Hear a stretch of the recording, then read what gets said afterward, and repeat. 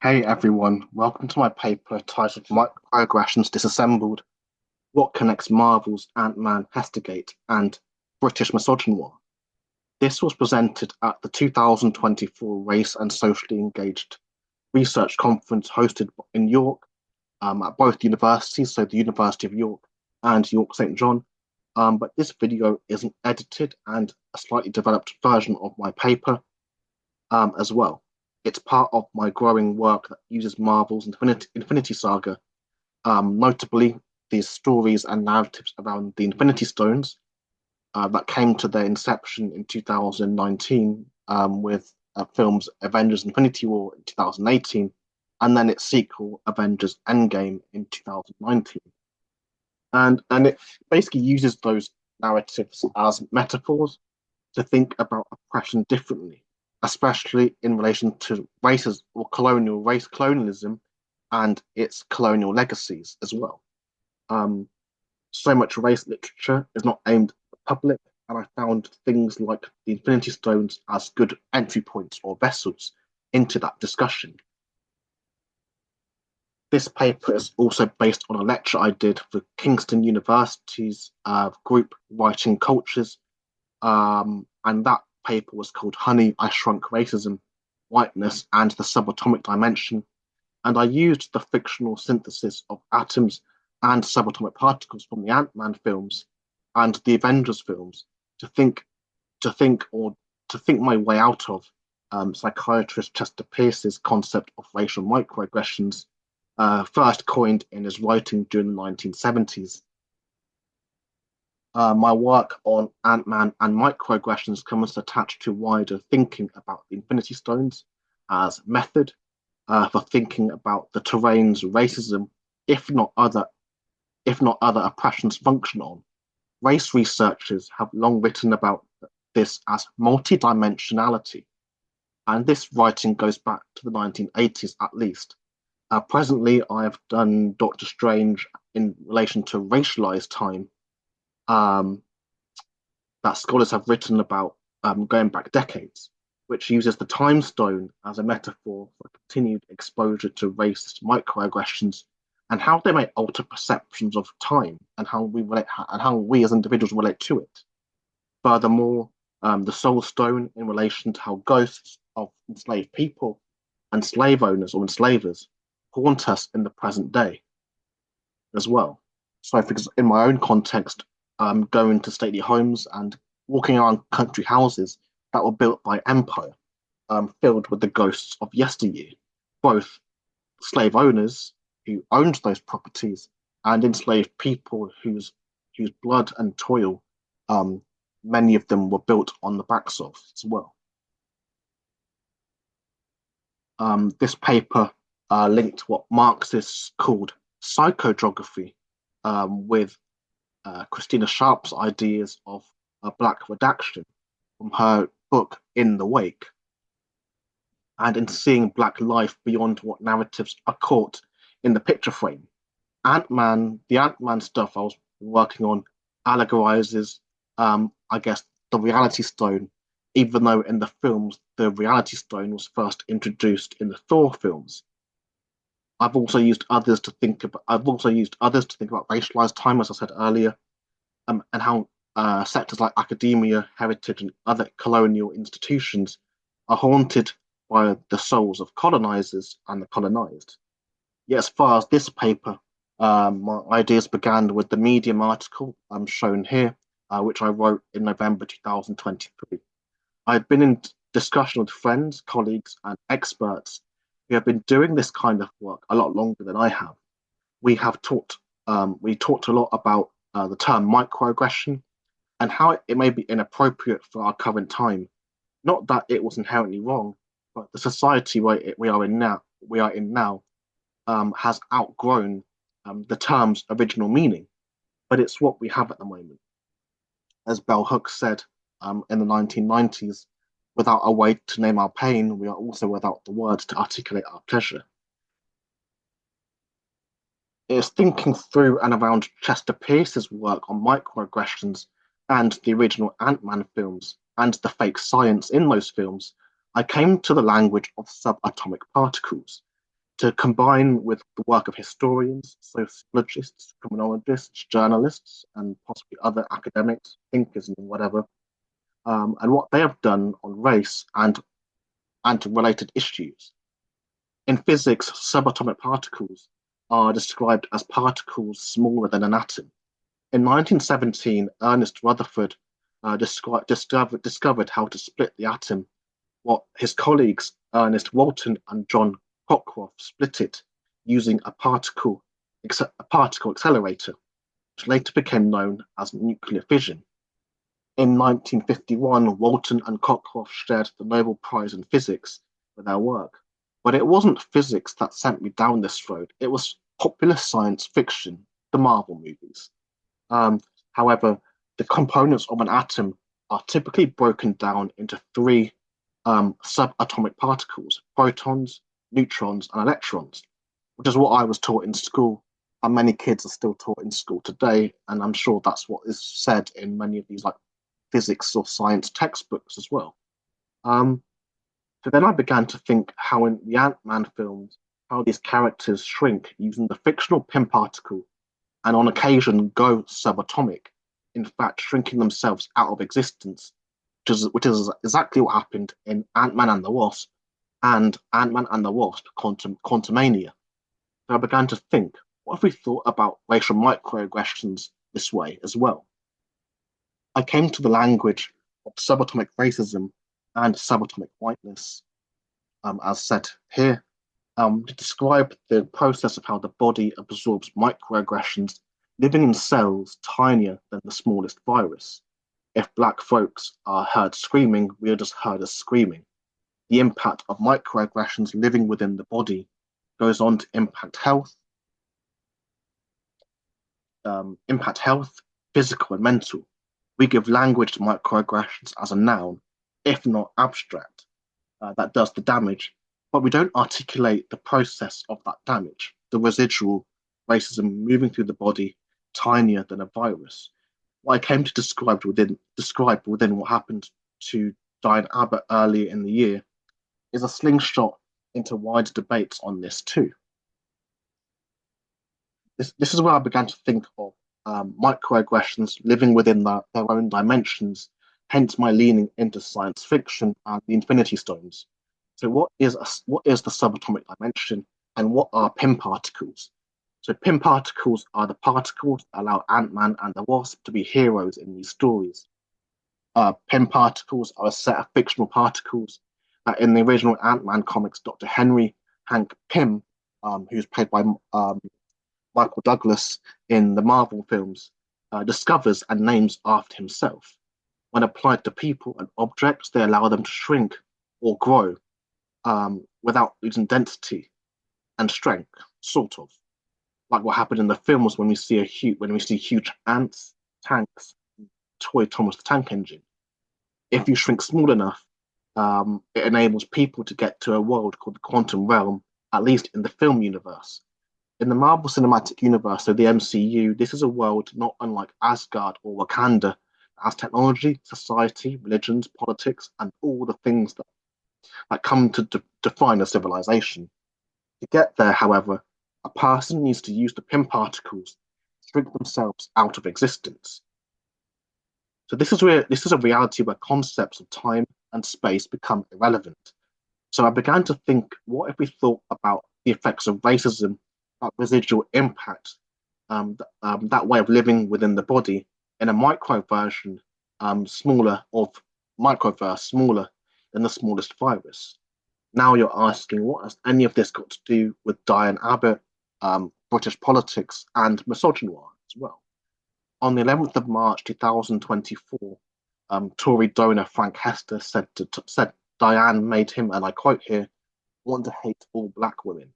And I quote from him that she should be shot. And he said these words in a very public manner as well, for those of you watching this internationally. Black women and their anti-racist collaborators tweeted, wrote, and discussed misogynoiristic violence that continues to deny black women's right to exist, live, and just be in the world. Diane, 2 days later, rose from her seat in the House of Commons to speak and was ignored by the Speaker 46 times.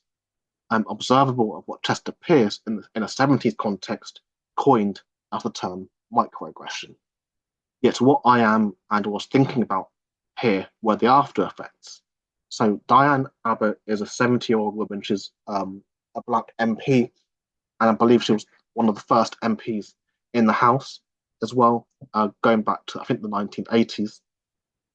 And has spent most of her working life weathering the racism and misogyny of white people and men. So I began to think about those 46 acts of harm, plus Hester's weaponization of the press against a black woman to do its bidding. Those subatomic particles seen across several Marvel properties shrink the distance between atoms. So where does the impact of that racism go? It is absorbed into the body. So if we treated these everyday racisms as things that leave a mark or an imprint, we might observe how many of us have these subatomic things living inside of us, absorbed often by the biggest organ of all, skin. So I found the ant metaphors useful in thinking about racism too. So I hope you'll begin to follow my train of thought and thinking and whatever. I'm not the first person to compare the everyday impact of racism to insect bites, but those films, via engagement with the ants and the subatomic world, they hold some sort of key to develop our thinking or even get us to ask different types of questions. So popular science fiction, not physics, got me to think wider. Crazy ants, for example, are called crazy because they are erratic, can be erratic when disturbed.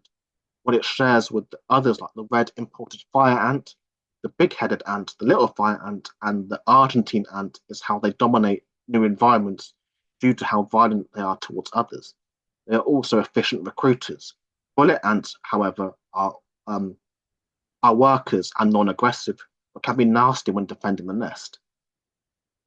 Some victims of their bites or sting compare the pain to a gunshot wound, hence the name. Carpenter ants are known for building nests inside of wood. They infest wooden buildings and hollow out sections of trees and other wooden structures, perhaps things like sheds as well. Fire ants are known for their bites, further to being excellent architects, very, very organized creatures.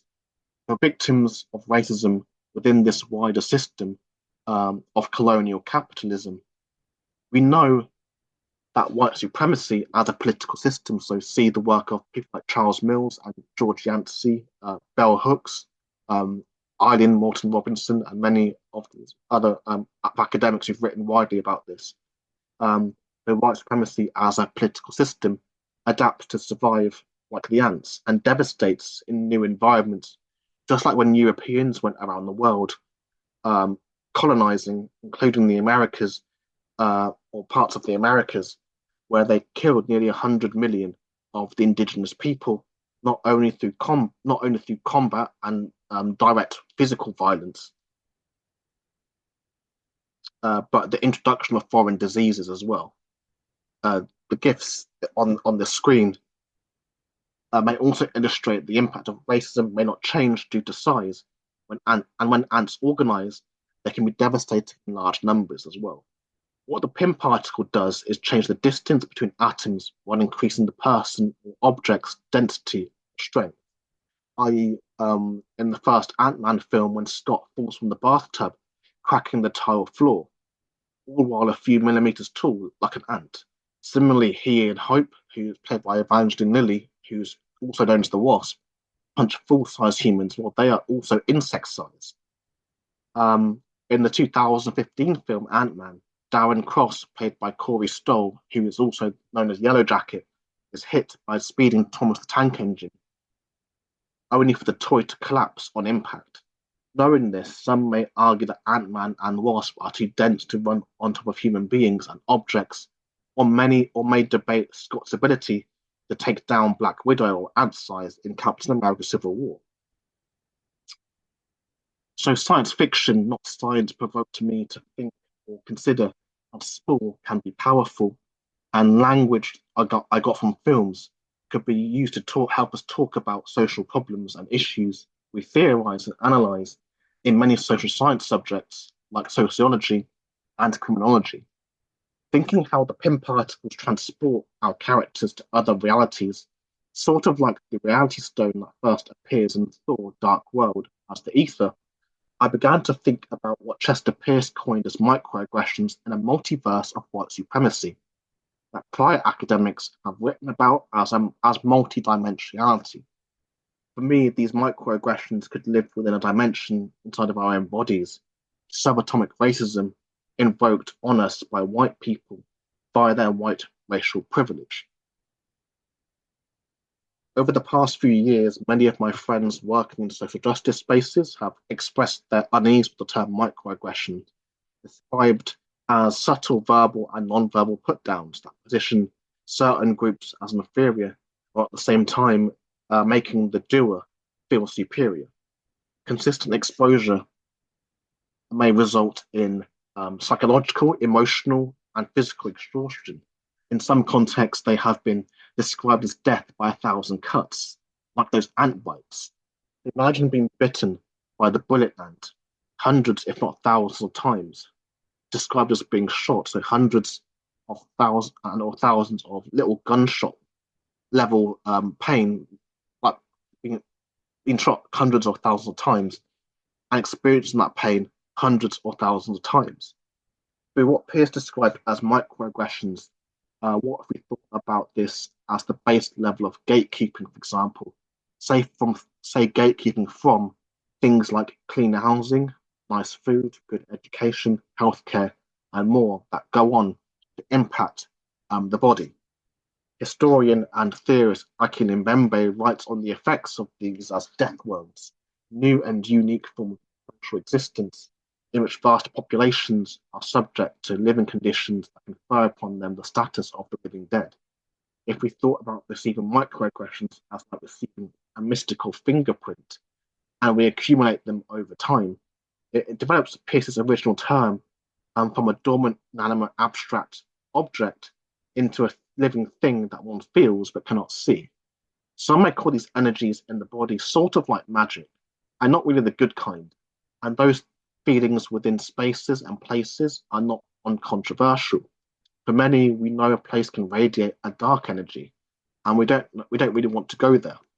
In a very white 60s context of Marxism, philosopher Guy Debord referred to this as psychodrography, that he coined in around 1954-55. The feelings of certain buildings, structures, and whatever can be infested with bad energy, and the body tends to know. I think about this a lot in relation to myself. As a black person walking through country estates, for example, built by the profits made by the slave trade. Furthermore, British pub culture as well. Pubs are spaces notably built for the comforts and privileges of white men. Um, so what Diane Abbott experienced earlier in the year was not out of the ordinary for many black women, but the lives of black women MPs is really a direct example of what could be the process of subatomic misogyny, where the daily, uncompromising racism black women experience goes on to live in the body, doing all kinds of damage. The lives of black women MPs is where this can be more overt, but this kind of stuff will happen in many different ways to black women who do not have the privilege of a public platform. So we don't always hear about it. And the effects can be compared to imprints that we accumulate over years, months, or even a lifetime. Microaggression does not go far enough to describe what could be a mystical blood splatter within the body that leaves the body feeling off or strange, everything from headaches to more significant damages to the immune system. We collect these imprints and we feel distrustful of certain spaces and places. The body, I think, has a photographic memory of sorts. My takes using the Marvel law as a vehicle are best articulated by Wong in the 2015 film Doctor Strange. He says, for heroes like the Avengers protect the world from physical dangers, we sorcerers safeguard it from more mystical threats. Being ignored 4 to 6 times in a debate that is actually being had about you might be described under those indignities. In the surface world, we see racism out and proud with things with more overt things like police violence, genocide, and institutionalized practices, including the UK's hostile environment immigration policies. Other examples include global genocides from Palestine to Sudan to Haiti and Congo. The racism we know is also very macro. It's big. While Chester Pierce's work spotlighted the so-called more invisible violence that was smaller but mighty. Hestergate is one example and a broader metaphor for the effects of misogynoir and what the body does with the absorbed pain. A dimension where the effects of white supremacy culture exist and live thousands of times smaller than a virus, part of a broader multiverse of white supremacy. For me, being multiply disabled while black, I think of this a lot to do with ableism as well. In fact, ableism is the accelerator for many other oppressions. Disability activist Imani Barbour did an excellent Twitter thread about this, writing how ableism is the fuel drenching multiple fires. So, this paper was one section of a broader body of work about superhero narratives as a way to make access or to make complex ideas more accessible outside of academia, basically. It's the beginning. It's the beginning stages of work I'm doing using popular culture as vessels to produce ideas and maybe different ways of thinking about white supremacy, colonialism, and so forth. This is a very work in progress as well. So if anybody has any thoughts or comments, leave them in the comment section, or even send me an email as well. Academics would call what I'm doing pedagogy, thinking about how people learn things. So in the way of thought like bell hooks is teaching to transgress, education as the practice of freedom, and Paulo Freire's pedagogy of the oppressed.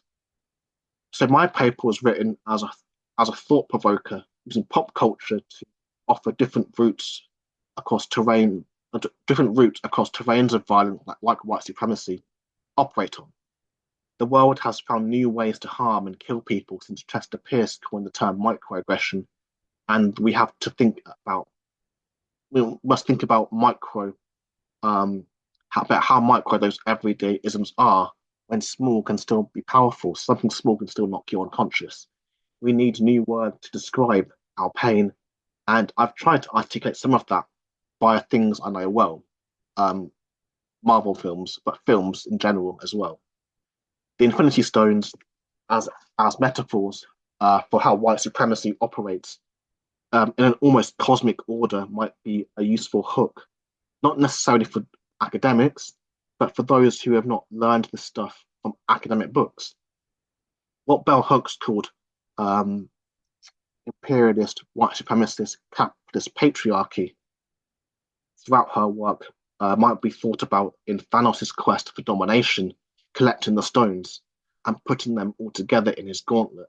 Sociologists like Andrea Smith or Andy Smith have written about similar as the three pillars of white supremacy, which is fine for most academics who are used to reading that sort of stuff in journal articles and edited anthologies, but maybe more difficult for those audiences like children and new students as well, many of whom have gone through the school system without learning a word of what capitalism means, what colonialism means, etc. Thanos wiping out half of the universe is useful in thinking about contemporary debates on genocide, like in Sudan, Palestine, and Congo. In the 2014 film Guardians of the Galaxy, Extraterrestrial, the Collector says that before creation itself, there were six singularities, then the universe exploded into existence, and the remnants of the system were forged into ingots, infinity stones. These stones, it seems, can only be brandished by beings of extraordinary strength. These carriers can use the stones to mow down entire civilizations like wheat in a field. Once for a moment, a group was able to share the energy amongst themselves, but they were quickly destroyed.